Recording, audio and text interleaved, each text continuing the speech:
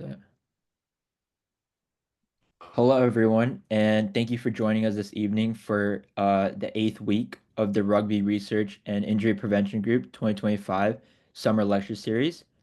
So we're going to start tonight with our featured speaker, Coach Expo Mejia.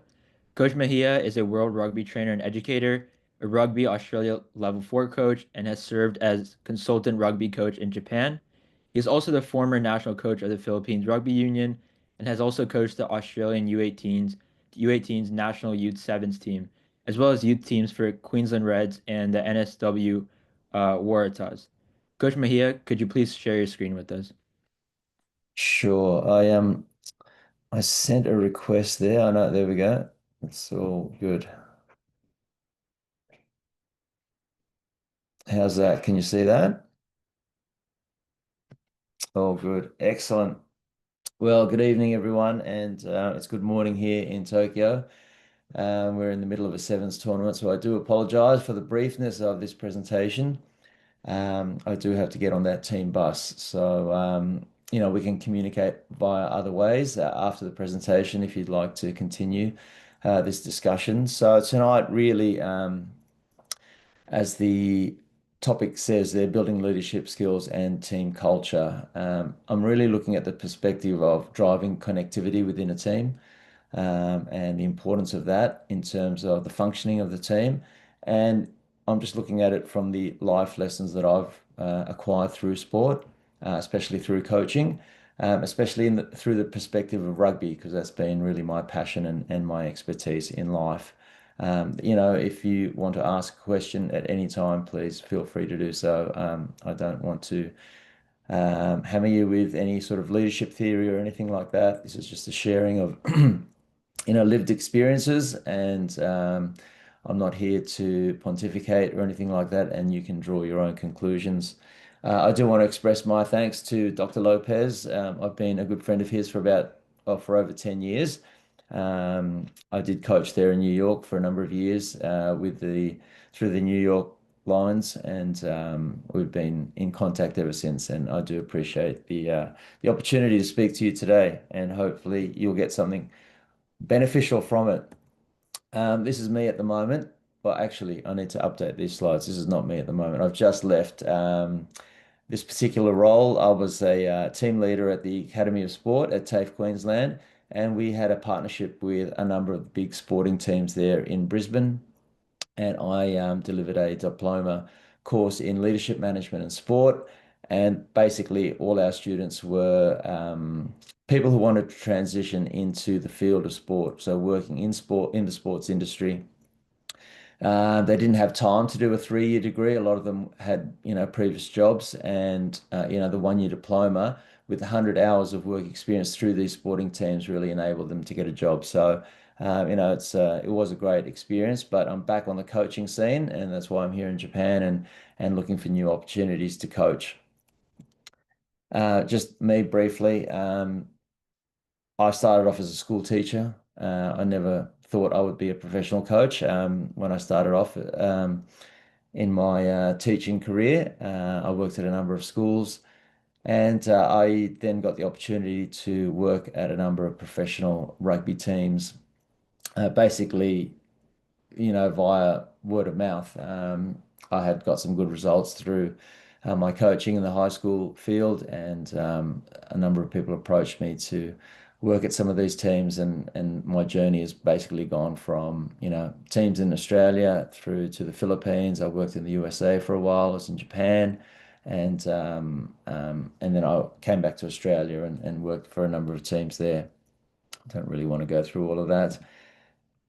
I suppose where I wanted to begin this presentation is just saying that I never thought I would end up, coaching national teams. I wasn't good enough as an athlete to represent my country in the sport that I wanted to, but I ended up coaching both the Philippines national team and also the Australian under 18s team, and that was an amazing experience for me.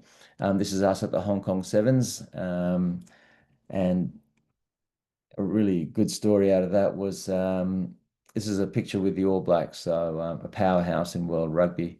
And the Philippines were, no one had ever heard of the Philippines in terms of the world rugby stage, but here we were playing in the Hong Kong Sevens. We were playing in the Division Two, obviously, we weren't playing with a lot of the top teams there. But the All Blacks coach, Gordon Titchens, he's the one standing behind me. He approached us during the tournament and said, "Hey, we'd like to do an opposed training session with you, with your team, because basically on the world circuit they play the same teams all the time, and this is the first time we'd participated in the Hong Kong Sevens, and they wanted to train against a different team.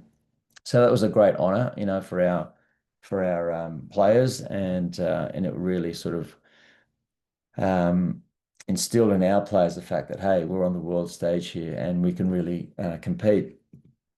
I also coached the Australian under 18s sevens team. We won the Oceania Championships back in 2018. We actually qualified for the World Olympics, World Junior Olympics, but in the end, the Australian Olympic Committee didn't send us because there wasn't enough funding, and they wanted to sort of promote some other sports, and we didn't get to go, but we did qualify. But that was an amazing experience as well. Just me personally, I'm a big golf fan. On the left there, I love volunteering, so I help feed homeless people there in Brisbane. I love reading, I love hiking, and I play in a band. So that's me. Um, Rugby's been amazing for me. I've coached all around the world. The top two photos there on the left is the Village Lions. I don't know if Dr. Lopez is actually in that photo. Um, on the right, I coached at Iona College for 2 seasons, and I've coached in Japan as well. So yeah, it's been an amazing journey. But really, where I wanted to start this presentation is the work that we did with the Philippines national team. And this is us lining up for a test match there in Manila. And probably in the last season that I coached the Philippines team. And, just to give a little bit of a background of where Philippines rugby was at when I came on board compared to what happened when I finished. I just sort of want to go through that journey. Philippines rugby was basically a lot of expats there in Manila who were Australians or Kiwis or English, and they love rugby. They had a passion for rugby, and they formed the national team. And really, it was yeah. I mean, they played good rugby, and they were playing in Division Three there in Asia. But I suppose it was more of a focus on representing the country, but um, really they weren't Filipinos. They were there because of the 3 year residency rule. So if you live in a country for 3 years, you can represent that country. But I knew quite a number of um, Filipino players, people with Filipino blood, playing there in Australia, playing in New Zealand, and they had never heard of the Philippines national team, that Philippines even had a rugby team, and I didn't either. In fact, the way I came on board with the Philippines team was I was coaching there in the first division there in Sydney, and one of the players on the other team was actually Filipino, and he said, "Did you know we had a Philippines national team?" And I'd never heard of that, and he said, "Oh, you should go over there and meet some of the people." So I went over there and we did some training, and a year later, I was head coach of the national team. So one of the first things we did was we went on this worldwide search for, genuine Filipino players.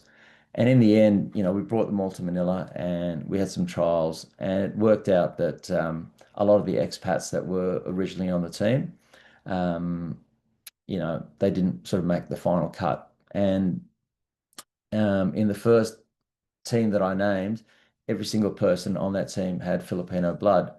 And that was important, because really we wanted to go back and, uh, you know, say that we really are part of the Filipino people. We represent the Philippines, and, we were going to base all our values on that Filipino culture.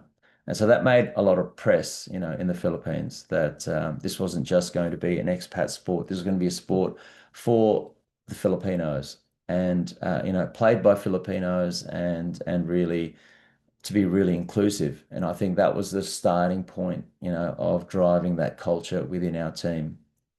And we realized that what we had in common was our Filipino blood. And being a Filipino coach myself, I was the first one that was an actual Filipino that coached the team. I think that really drove a lot of our values. Um, so we went from Division Three, and we gained successive promotions, and in the end, we ended up in the Asian Five Nations, and we got promoted to the top league. Um, and in those countries were Japan, Korea, um, and at that stage, it was UAE. So, that was a phenomenal effort. And to win in front of our home fans, there's a photo taken there in Manila. It was an amazing experience for everyone. And, a lot of those players who were on this team were paying for their own travel to and from the Philippines. We paid for a lot of their expenses while they were there on the tour, but they really had to pay for their own expenses to get to the Philippines. And they had to take time off work. These weren't professional athletes. These were people who had full-time jobs and families back in their countries, wherever they were from.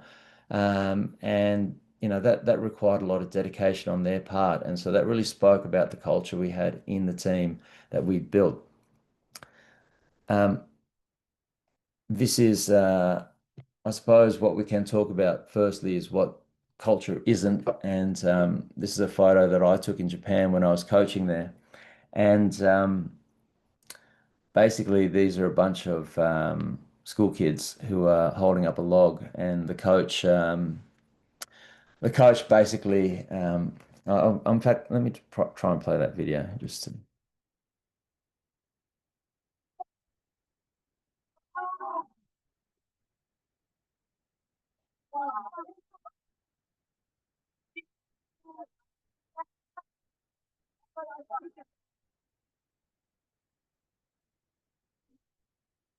So I've been coaching in Japan for a little while, and there's this culture here of, I suppose, fear, and they they prefer to be told what to do. They, act out of basically wanting to wanting to impress and not losing face. And it makes it very difficult to drive a good culture here in Japan. For example, during team meetings, if I asked what went wrong on the weekend or what went wrong in this game, no one puts their hand up. And we're not talking about school kids, but we're talking about grown men as well, because there is that real culture of fear. There's not that space, to be able to express what you really feel. There's not that space to make a mistake. If you make a mistake, it's seen as, we've done the wrong thing, and it sort of brings shame. And, I suppose driving good culture is creating that space for people to feel, genuinely accepted, that their opinions matter, that they're making significant contributions, they feel connected to the organization.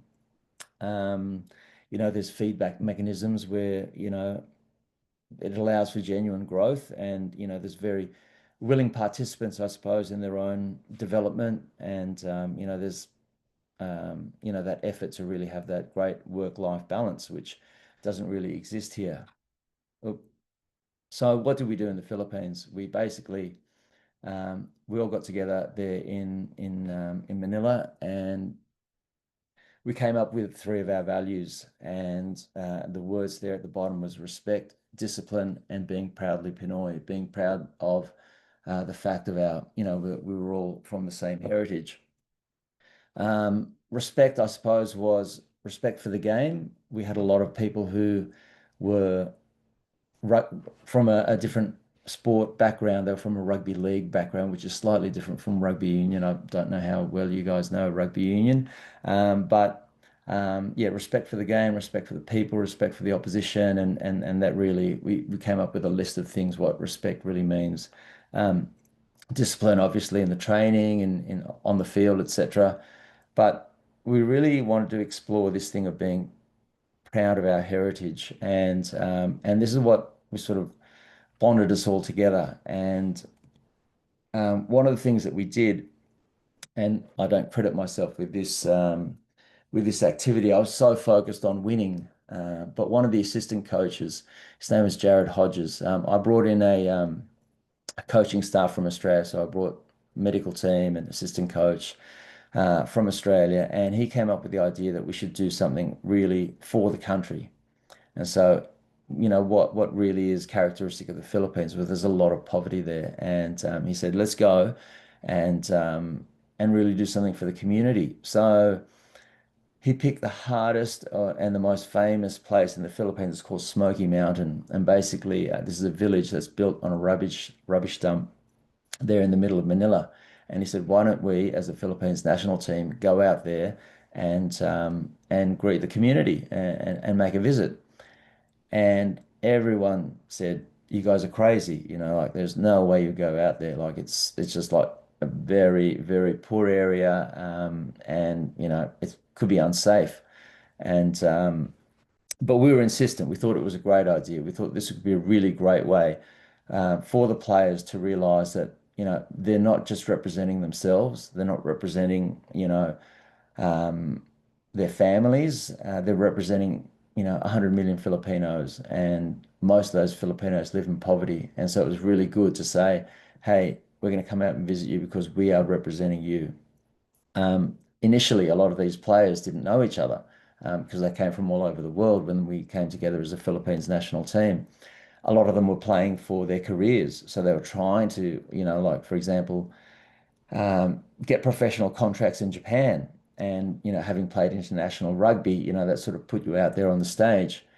But, for us, okay, they were important things. But what was really important was we were playing for the Filipino people.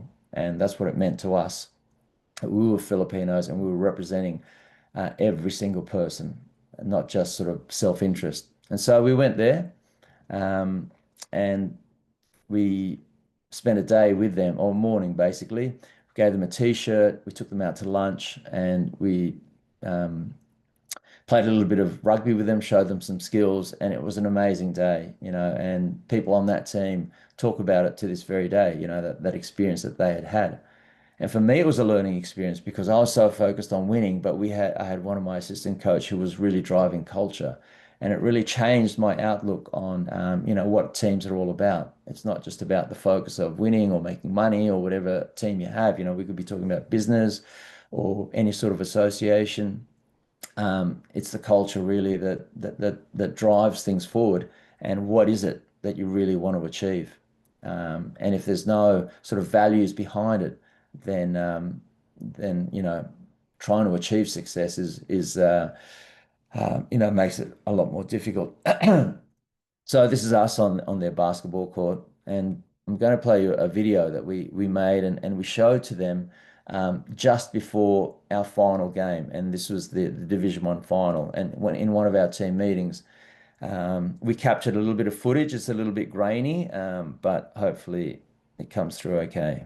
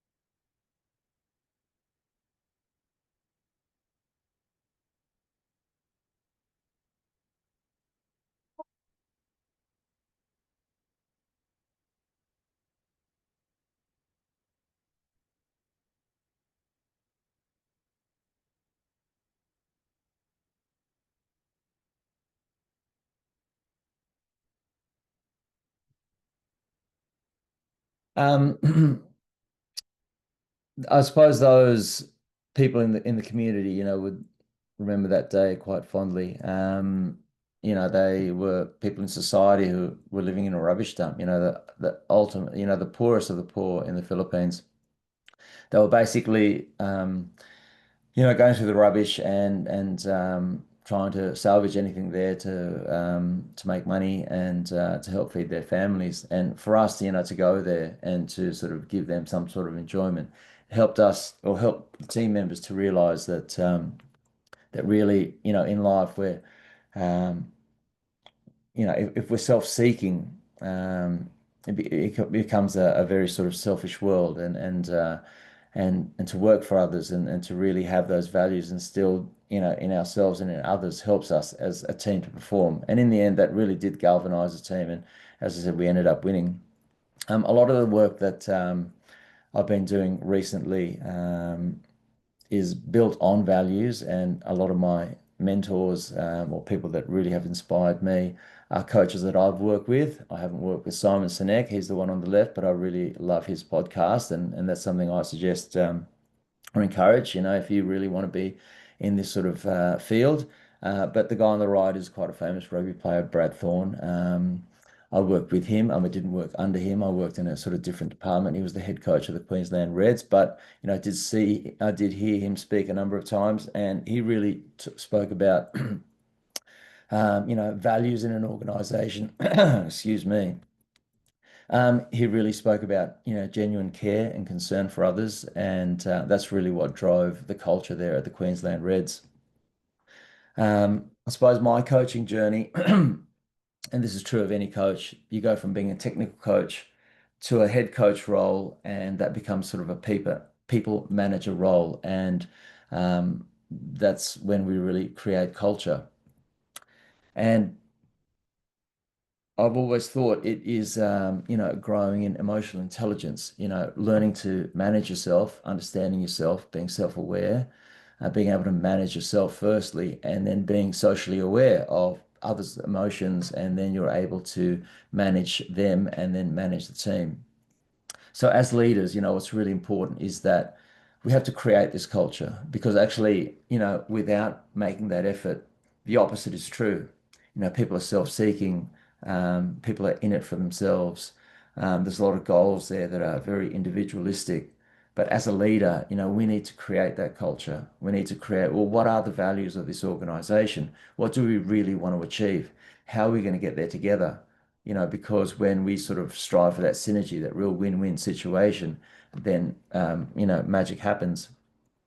Um, I'm just going to go through a few tools very briefly on what we've done, um, and this can be applied to a team situation and to individuals, obviously. And I think when we create that team culture, it is important that we have values for the organization, shared values, but it's also important to drive personal connection. And as a leader, the more we work on that personal connection with each player or with each staff member, um, the better it is in terms of what we want to achieve.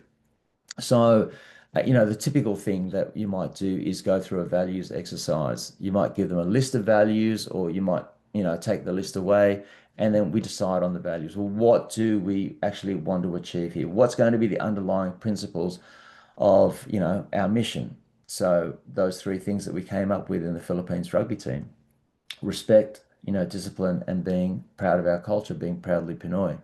From there, we kind of, base all of our work. And as an example, I always give my top five values, from the list of values that I've sort of worked through. And this takes quite a long time, it's a lot of self-reflection. We don't sit there for 5 minutes and go, right, I'll tick off my five values. We've got to do a lot of soul searching and a lot of reflection. And that's why, a lot of these exercises require that, emotional intelligence. Um, and one of the big things there is connection, driving, and as a head coach, like this genuine interest in seeking the happiness of others, that really fulfills me. I get a lot of joy out of that. But I know that when I drive genuine connection, when I'm really interested in every single person in the organization, really good things happen. For example, there's a guy, Scott Robertson, who's the head coach of the All Blacks at the moment. Um, you know, During the Monday morning gym session or their recovery session after a game on the weekend, they say by the end of that session, he has said hello to every single person on that team and has had some sort of engagement with them. Could be asking about their family or how's their injury or, maybe their financial situation because of, they're worried about something. He has, been able to engage with every single person whilst that gym session has been going on. And that's amazing. We know that good leaders always drive that genuine connection. But I suppose being able to state our values, what we're on about, really drives home to other people that, hey, this is a person that lives values rather than just preaches about the values. And I think it's important for us as a starting point to find out exactly who we are, where we want to go in life, what are our values, and then being able to determine our actions from that.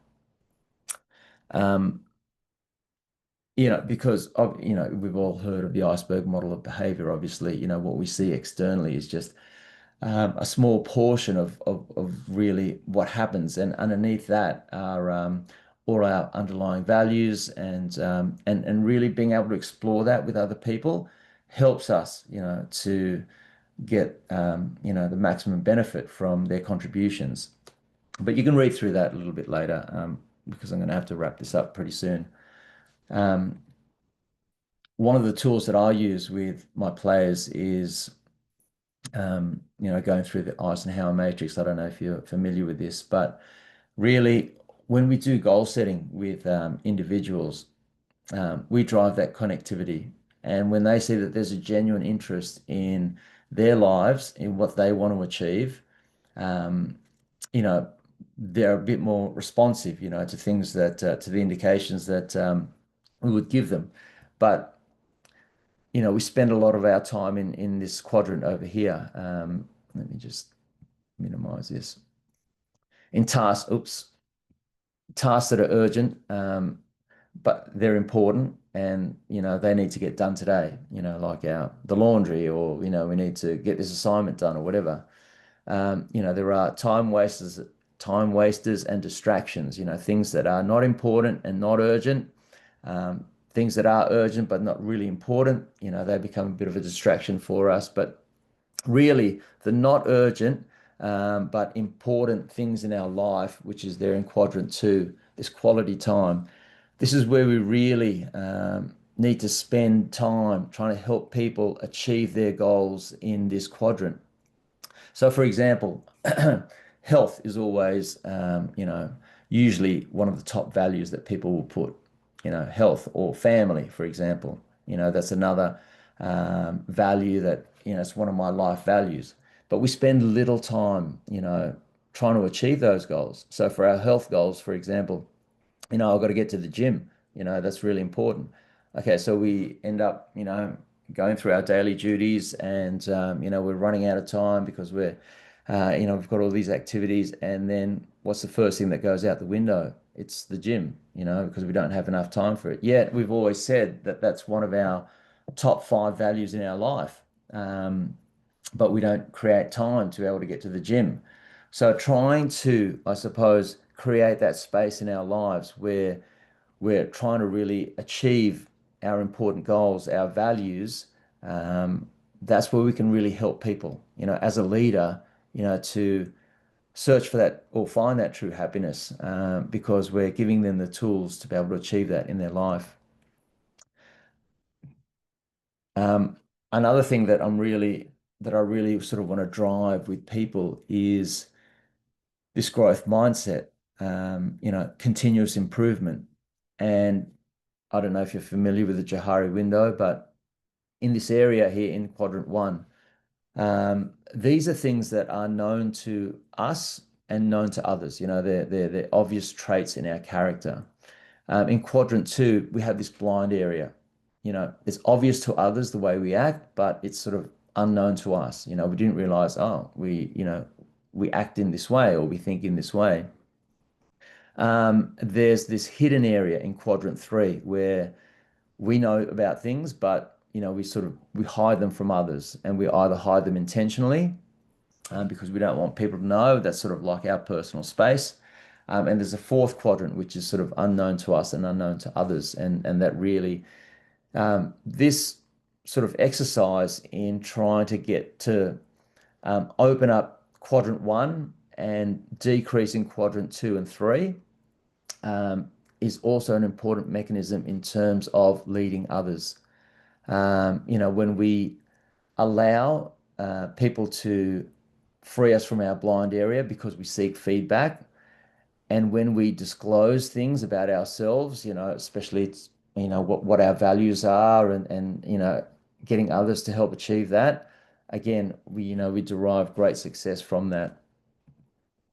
The last thing I want to talk about is this situational leadership model. And really, as a leader, this is probably one of the great things that you can look at. Before, we spoke about leadership styles, and a lot of the time it was sort of, well, that's the way I am, this is the way I lead. But this situational leadership model really looks at the development of the team, and the way we approach our leadership. So as a team develops, going from D1, a team that sort of is quite new, they're really inexperienced and need a lot of direction, where our leadership style is that sort of directive type instructional leadership style. As the team develops, they go from D1 to D2 to D3 to D4. Um, our leadership approach goes from directing to coaching to being a bit more supportive to almost delegating. And that's something that you can consider, in your leadership style. What is the developmental level of my team, and how is that going to influence my leadership style?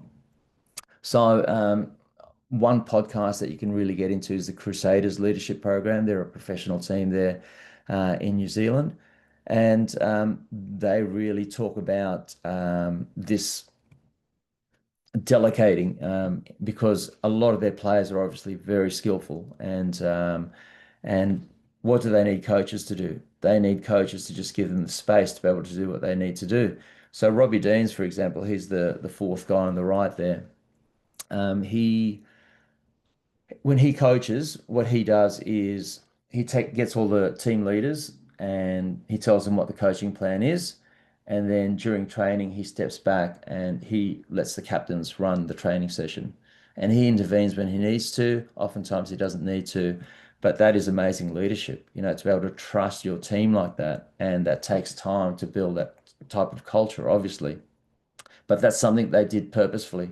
They really wanted to run it that way, and they feel that that drives better results. Um, this is a story about Cameron Munster. So he's a rugby league player here in Australia, and they just recently had a big game against New South Wales, which is another state. It's one of the biggest games in the country. And this guy's the captain of the Queensland team, and his father passed away, days before the big match. And people were wondering whether he was going to play or not. He played, and the team got around him, and they had this amazing victory. And they were, New South Wales, the other team, were the clear favourites. But an incident like that really galvanized the team, because again they drove that team culture, and they've been famous for that. Really, what I'm trying to say here is that the skills of both teams are more or less the same, but when there is that shared vision, that goal, that good culture, we achieve a lot more. So I'm going to finish there because I do need to get on a team bus. And I said I apologize for that, but I will give this presentation to Dr. Lopez or to Philip, and he can share it with you. And as I said, if you do want to talk more, You can email me. I'm not on social media. I'm not a big social media person, but email is the best way to contact me, and we can continue those discussions. Maybe we can have one or two questions if people want to stay on and discuss things. What do you think, Philip? See here. I think that it was a great presentation. I guess Rithvik, if you maybe want to conclude right there and then open it up to questions from Dr. Lopez and the team. Yeah, thank you for that excellent presentation, Coach Mejia. Like Coach Mejia said, he has very limited time, so are there any quick questions that anyone has, or Dr. Lopez, do you have anything you would like to say? I'd It's actually Dr. like Lowe. to pose a question. Mr. Mejia, my name is Philip Tessick, rising sophomore at the University of Michigan, and I really appreciate you taking the time to speak with us today. One of the things that I found that was really interesting in your presentation was that you mentioned how a shared identity can be very important for a team, especially depending on the region and sort of the ethnic makeup of the team. I was wondering if you had any advice for developing an identity with a team that's maybe not as homogenous as countries in which people are more of the same ethnic identity, if that makes sense, or if that you have any Sure. advice on how teams can kind of get to that point.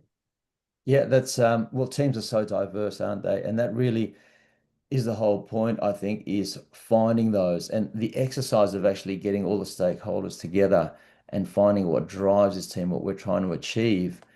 That is the starting point of creating great team culture. So we've got this diverse cohort. What are we? Who are we? What are we trying to achieve? And as I said, that process, going through that process is what really drives the culture because then people are very engaged, part of the decision-making process. So we have to find those. It's different for every single team.